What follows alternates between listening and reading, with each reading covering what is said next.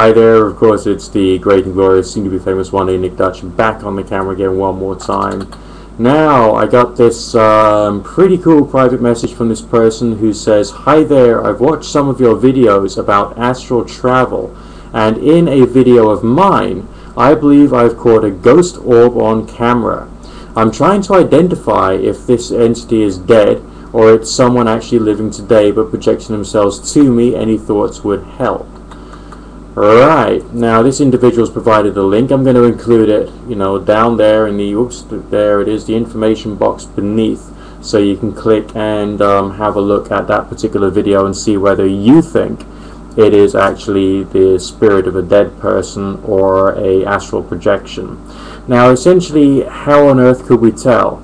I don't think that we can. There are just too many questions going on here. I mean, essentially, can a person actually astrally project? Well, from my personal experience, I've been able to generate the experience of an astral projection, and the experience was pretty amazing and pretty real, for want of a better word. So essentially, some strange things do happen. Whether this actually has an effect on the ions in the air and that creates the orb effect, I don't know. I mean, I've been on a ghost hunt before, and I was incredibly skeptical of the methodology that these people were using.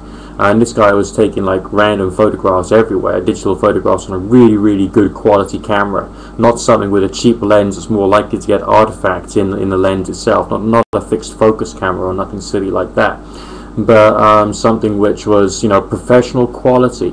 And he managed to catch orbs that were literally big. I mean, some of them were about that, well, they looked like they were that big, okay? Some of the other ones that were larger were about the same size as my kneecap, okay, and was actually not too far from my knees. I mean, there was this one scene in which this guy photographed my legs for reasons that, he just thought it would be good to photograph in that area where it was said that a lot of activity had happened. And there was orbs around my legs, and it was peculiar.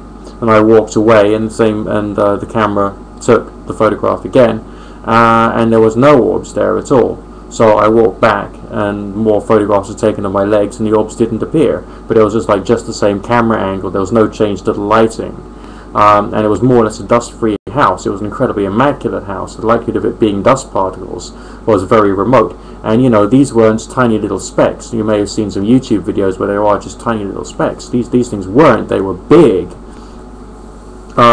So orb phenomena, or whatever it is curious, but what it is we still don't know. It is believed by some people that these things occur in areas of high activity. Now, whether they represent high quantities of, for want of a better phrase, psychokinetic energy or orb energy or astral energy, I don't think that you don't know, I don't know.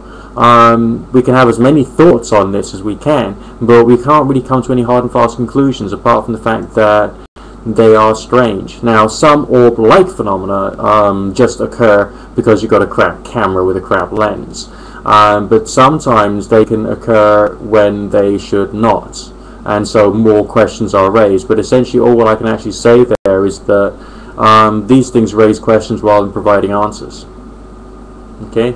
So if there's a way of isolating away from a crap camera lens, you may find yourself in a position of thinking, well, maybe there is something happening here, but still we can't say bang on precisely what it is.